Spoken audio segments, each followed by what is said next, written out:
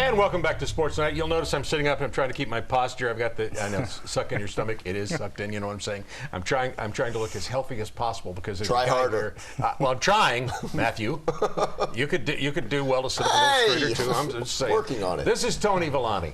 Tony Villani is the founder and the head of XPE, which is a training studio. This is a guy who works with the real pros.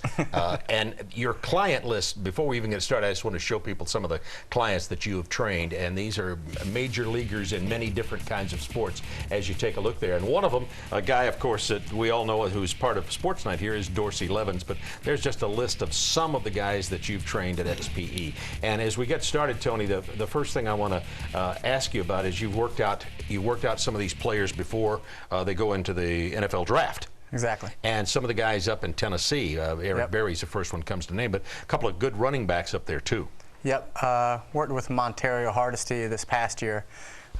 Jamal Lewis, been training him for 10 years, so it was a natural fit that Montario reached out to me. Montario came and trained before the NFL Combine and trying to get him as explosive as he can, and he jumped higher than anybody at the Indy and ran fast, so got drafted in the second round. Real happy about him. There's old number 2 Montario Hardesty that you've worked with, and of course the man that everybody's talking about who's such an incredible athlete is Eric Berry. Talk about Eric Berry and working with a guy as good as him. The whole thing with him was he was ranked so high, we had to go into Indy and be the best defensive back in the draft. So even though he had a safety body, we had called out everybody and said he was going to be faster, quicker, bigger, stronger, jump higher than any DB there. So that was our goal, and because he's so athletic, he did it. So it was a real good goal accomplished for him. As soon as you see a guy like Eric Berry, are you thinking, oh my, this guy is special? I mean, you just know right away, physically, mentally, everything. Yeah, and the stuff you hear about him is right, but most of the special guys have that genetic ability. But when Eric walks in, he's like so humble. And I actually sat down with him when he got there. I said, look, I know exactly who you are, but we got other guys training. I can't give you more attention. And he's like, you better not give me more attention. He's like, I'm here to work out with everybody else and push everybody else. So once when he says that, you know he's got the right attitude. He puts his mind to it, and then it's just easy. I know you worked with a couple of Alabama players, Kareem Jackson, ROLANDO McClain, who were very skilled and talented. And while we take a look at these guys, Tony, are you training them specifically for workouts and combine, or is this stuff, too, that's going to equate to what they do at the next level on the field? For this part of the year, it's for combine. Kareem Jackson came out early against the advice of his coach, so he had to run a 4.40 and jump high and do everything quick. If he played for a national championship team, he's already got the game film. So for that time of year, for about 6 to 8 weeks, we focused on nothing but combine. Now Kareem's back down there training with me right now. Yeah. Now we're working on football stuff. So it's a completely different set of I don't want to call it exercises, but preparation? It's 100% different. Yeah. Give people the idea of what is different about it. We're really preparing them to take 20 steps as fast as he can in the 40, jump as high as he can, as far as he can one time, and change directions quick twice. And then he's got to perfect 5 defensive back drills. It's not like playing in an NFL game. If Kareem went and tried to play in a football game after the combine, he'd get hurt or he'd be too tired. But for the combine, we got to get him more athletic than any defensive back there. And if he puts his mind to it, which he did, he accomplished it. As though he is preparing for a specific event, as though that is the event, as though it was an athletic event. And they call Indy a track meet. Yeah. And it is. 40 is the sexy event. So we spend a lot of time on trying to improve guys' 40-yard dash, but we got to make them perfect everything. All right, let's talk about another really good player from University of South Carolina by the name of Eric Norwood. Did some college games with him last year. Yeah. And he, too, will look like a thoroughbred in a field of quarter horses sometimes, being such a tremendous athlete. How is it working with him, and what kind of things do you work on with a player like Norwood who's got to be big, physical, and fast? Well, what's great about him is he's so good at getting to the pass rusher. We had to show that he could play linebacker.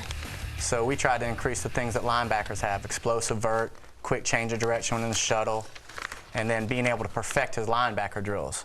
So with Norwood, we did do great on his speed, but for him, we did have to work on football stuff because he had to go to Indianapolis and ace the linebacker drills so he could be a high draft pick. Obviously, a lot different drills for a guy like Clemson's JACOBY Ford, who timed the fastest 40 at the combine. Yeah, JACOBY's amazing.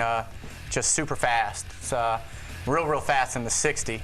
So we had to work on getting him to top speed faster.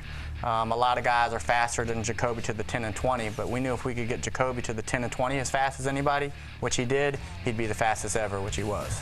I think it's a compliment to the job you guys have done and how important this has become in preparation for these guys that a guy like Jahvid Best comes cross-country. Because I know there's these facilities in Arizona and other places, but he comes cross-country to work with you guys, and I'm sure you saw some special things in him as well. Jahvid's the man. I mean, the nicest kid ever, humble as can be. I've seen all his highlights, and when I talked to him on the phone and he was thinking about coming across country, I just shared with him previous results I had, and he said he was coming. And when he walked in, I was just ecstatic. I mean, our goal was, no offense to CJ Spiller, was we got to run faster and do everything better than CJ Spiller, which Jahvid did at the Combine. What is it that a collegiate athlete can do to get better by working at your combine? And in addition to the things you're talking about the speed drills and the physical drills, how can they get better at their sport working with you? What we want to do with a kid is we want them to train with their high school or college as much as possible, foster that team atmosphere. But if they need increases in speed, agility, or power, one of those increases to help them on that field, then sometimes they'll come to a specialized place like us. Do you have high school student level coming Yeah, in? we do have high school. I've worked with kids as little as 8th grade. I mean, local kids like Brandon Burrows signed with Georgia, Kyle Westman signed with Vanderbilt, Tyler Jones is playing at Notre Dame, Chase Thomas is playing at Stanford, David Paulson playing at Oklahoma State. So all those kids I trained in Atlanta. So I love watching them go on, but now I'm down in Florida and we're kind of fostering a whole new group of athletes down there. Well, I'm trying to push my 4-year-old grandson Sam into athletic greatness. He's 4. Time to start. Could we start working out with him? Could I bring him over there? People ask me to train 4-year-olds all the time, but we'll hold off till he's about 13. He's not good in his back pedal. He's got a problem. Lateral quickness is an issue. I hear it all. You know, the lateral movement, and I don't know, in his 40 time, he's good in the 60. Yeah. He's not good in the 40.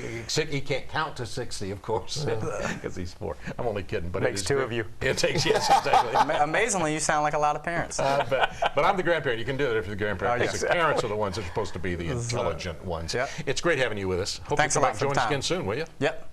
All right, this is the man who's the founder and president of XPE, one of the very top professional training facilities in the entire country, Tony Villani.